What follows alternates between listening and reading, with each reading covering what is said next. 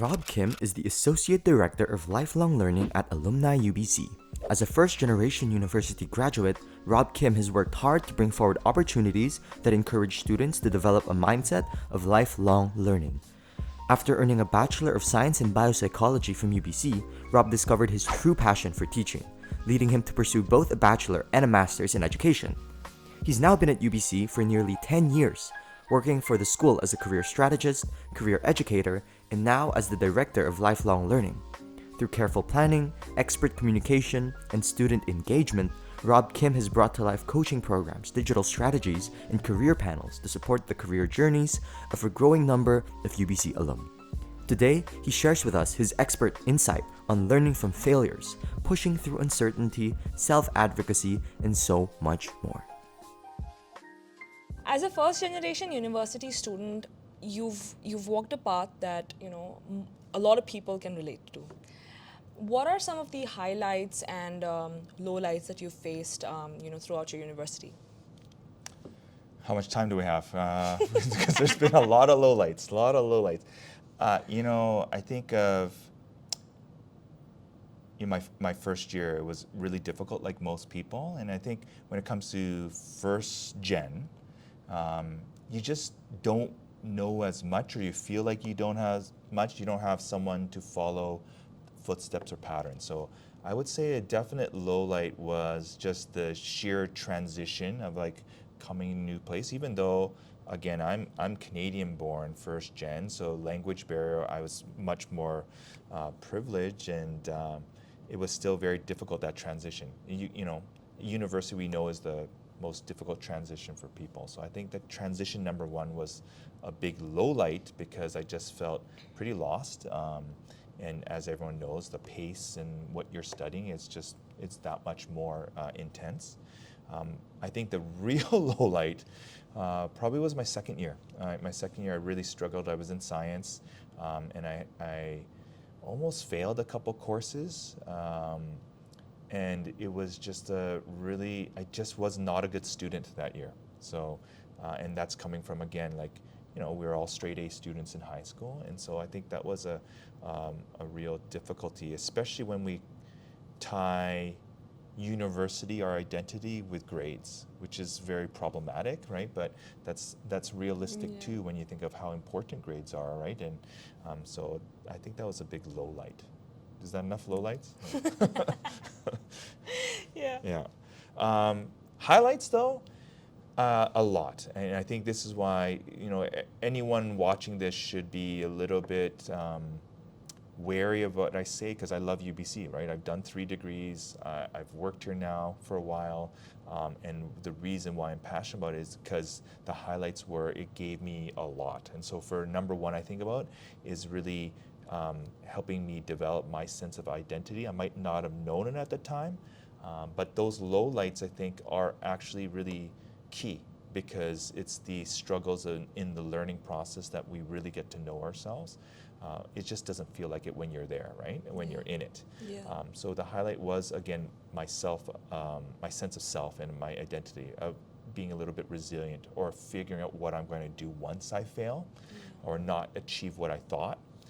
And then the second one would be a community. So a lot of my best friends, a lot of people I know, a lot of weak ties, strong ties. We talk about in careers, like weak ties are very important as well for your career.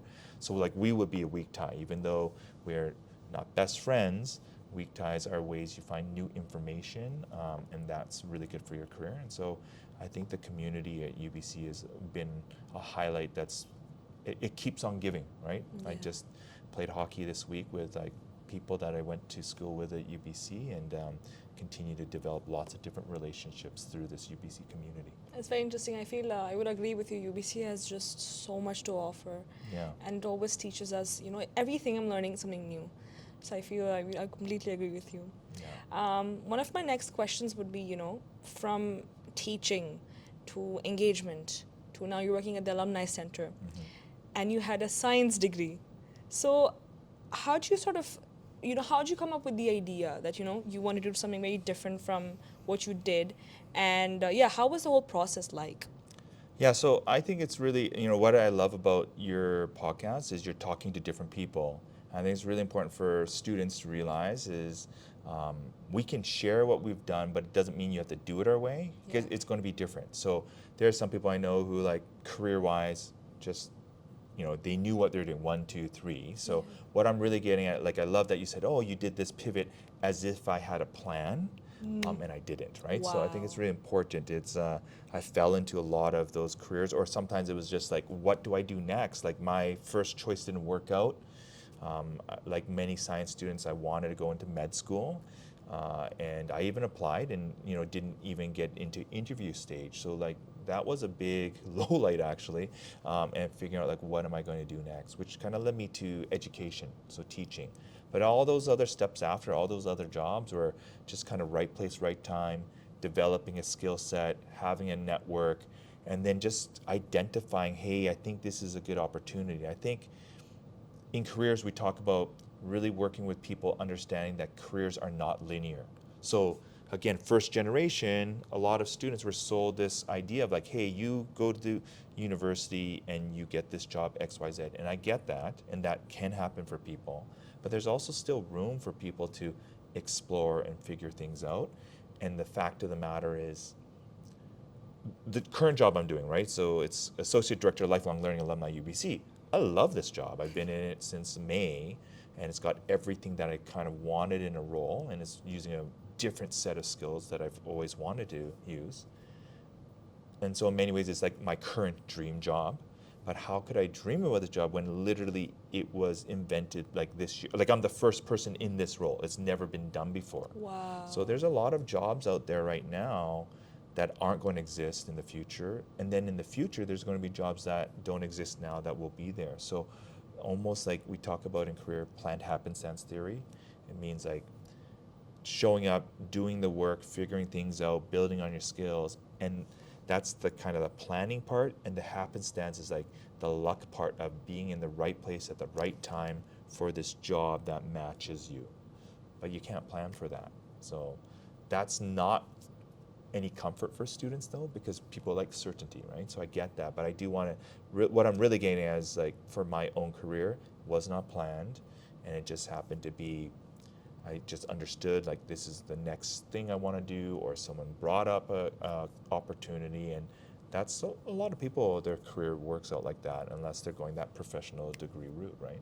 Yeah, I agree with you, because a lot of people, like, once they do a degree, they want to stick to it even if they don't enjoy it. Yes. And other than that, you mentioned, we talked about jobs, and the first thing that comes to my mind is LinkedIn. Yeah. And you are LinkedIn's top voice right now. Thank Congratulations. you. Yeah. How'd you start with your whole LinkedIn journey? Um, that's not that exciting, but it, you know, really was, I became a career educator here at UBC, and that was in 2000. What was that now? I think 2018. My timeline's a bit fuzzy. 2018. So, you know, I had done a lot. I was a teacher before, and so I never knew that career would be a topic that I could actually teach. Yeah. I loved it. But I also really thought, if I'm going to practice what I preach, I better learn more. So it was like LinkedIn was a tool I wasn't using a lot, but I could clearly see, I mean, it's not a big leap. I just like, this is a great tool for students, for career. How can I just start using it? So I just started dabbling a bit, but it was really more like profile and those sort of things. And then eventually, I think probably, I don't know, at one point I was like, maybe I'll post something. And I remember when first time I posted, it felt so scary, even though it's not that scary, but it's scary, right? If you've never done it before. And yeah, and then I just started posting more and interacting and engaging with people. And next thing you know, yeah, LinkedIn gave me the top voice designation. I think it was like 2020, which was, maybe it was 21, I forget. I think it's 2020. And I kind of laughed when I got the email, and because, you know, you don't think about those things. And yeah, it's been really interesting being able to use that as a digital education space in some ways. But yeah, so it's really learning and then teaching and sharing that with students, right? That's Right. what I was doing the job. And for students, do you think LinkedIn is a game changer? Well, I don't want to say that because my personal bias would be like yes, but I don't want to force a student to do something that they're not comfortable doing. It's a social media channel still. So it's like, I always think you do you, right? So, and I have lots of friends who don't have a LinkedIn presence. They have a wonderful career. However, where I think is a little bit game changer when I think about like myself, like I'm old, like I am old. Like we got the internet like in my second year, right? So to think of like as a first gen, right? And you think about the typical kind of like ideas of networking, right? Like you're part of a country club, or you got your friends, they know someone at this company. We were very limited by the weak ties that we had, right? The new information we can get from people when you didn't have something like LinkedIn. So I think LinkedIn can be a game changer, more of like getting introduced to, there's like different jobs out there, different industries, understanding what skills you need, right? And seeing what people get paid for certain things, right? So there's more jobs than like a doctor, teacher, lawyer, right? Like Yeah. again, typical first generation, right? Like a lot, like these are the only jobs out there. So I think it's a game changer in that way in terms of research. But like social media, flip side is like it's not healthy sometimes, right? When you're comparing yourself, or so and so's got an internship, I don't have a job, so I do get that. But I think there's some great stuff, and I've met a lot of people and networked with lots of different people, and maybe not even looking for a job, but it's helped me in my own role, or give me a new idea, or you get different insights. So I think it, for a learner like Yeah. myself, it's a game changer, but not everyone's a learner like that way. Yeah. That's fair. That's Yeah. fair. And you mentioned, first generation students and of course international students. And in an article in UBC back ahead, you wrote, you mentioned a word called Noonchi, Yes. which Yeah. which meant self-advocacy, and a lot of international students do face, I want to say, an imposter syndrome, where just they're like, we don't think we should be here. What, because you were, a first gen student as well, what did the process of finding your voice and self-advocating look like for you? Yeah, that's a really good question. So like the word Nunchi is more around like you get almost like street smarts, like you get it, like you're clever, right? So you understand it. And I think that goes to self-advocacy, because self-advocacy means you have a social awareness of like, hey, when can I ask for help? Who can I talk to? Sometimes I'm going to push, sometimes I'm not, right? Like sometimes if you push too much, then that you offend people, right? But other times if you don't ask, you won't know, right? So I think self-advocacy is a very difficult skill to build. I want to be very careful. So then when I think about my Korean culture, we're taught to respect our elders. We're taught to like really like not speak up in terms of like asking for help.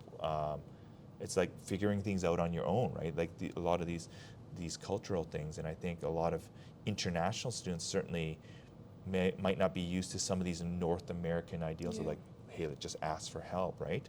So getting to your actual question, like the process of finding your voice, self-advocacy, I think it just starts with like having the courage to not do it on your own. I did so much on my own for so long in university. I could have asked for help. I think about all the different resources for students. And so really was getting the courage to ask for help. Asking for help is not a weakness, it's actually a strength, right? Yeah. But it's easier said than done. So I think international students, that's what I really appreciate for many international students I've worked with.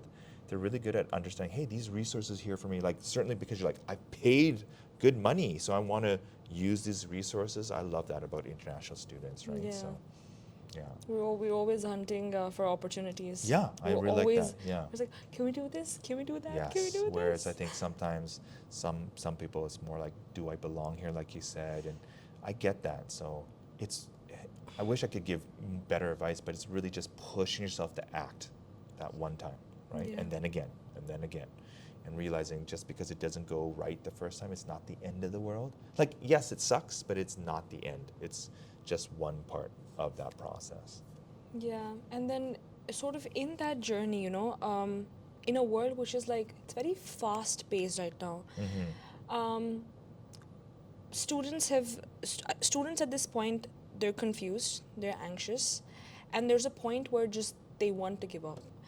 And in the years that you've worked in career development, what are the obstacles or maybe oversight that you see that would be very beneficial for future students to understand and act upon? Yeah, there's a lot. You're right there. I have a lot of empathy for our students. They are facing a lot, yet they're still very inspiring. They're still trying, right? And I think that's the hardest part is still Yeah. that trying. But I think the biggest one, it's that the chicken and the egg thing. Like I need a job, but to get a job I need experience, Experience. and to get experience I need a job. Yeah. So I think that's the toughest part. I would say to most students is like, yes, school is very important. Don't get me wrong, right? And it's important for graduate school, professional schools, even just for like yourself, right? But experience is also really important. And so what I love about UBC is we do have an infrastructure to help sometimes. Now we can't accommodate everyone at scale, but we do have a lot of different ways for students to get experience. And I think of sometimes paid experience, but volunteer experience is wonderful. So for instance, like I love this initiative you're doing. No one asked you to do this, but you can see, you can have that on your resume to say you have tangible results, X amount of podcasts, right? With this many viewership. So hopefully someone along the lines hiring wise like, imagine if we paid her to do this sort of work, right? Right. So I think about volunteering is big. So peer programs. These are all things that students can access, right? So UBC peer programs, they're ton like they're staff-led volunteer programs in different faculties, but also centrally. So UBC peer programs is a way to get involved. Usually the hiring happens like January, February. I think about UBC Rec, UBC housing to be an advisor, collegiate advisors. So there's many different avenues. WorkLearn, have you heard of the WorkLearn Yes. program? Wonderful thing. Part-time work that you can get, but again, that allows you to maybe develop a reference, 10 hours during the year, 20 during the summer, Yeah. co-op, of course, and then again, AMS clubs. It goes on and on. There's no stop. But it's like finding that one or two things, even if you're unsure, but to Yeah. get, and that's still part-time jobs in your own community too. Yeah. So I really look at experience. I think that's a key element to build, because if you graduate with a degree and you don't have experience, it's hard to be as competitive, right? In a Right. job market. Yeah.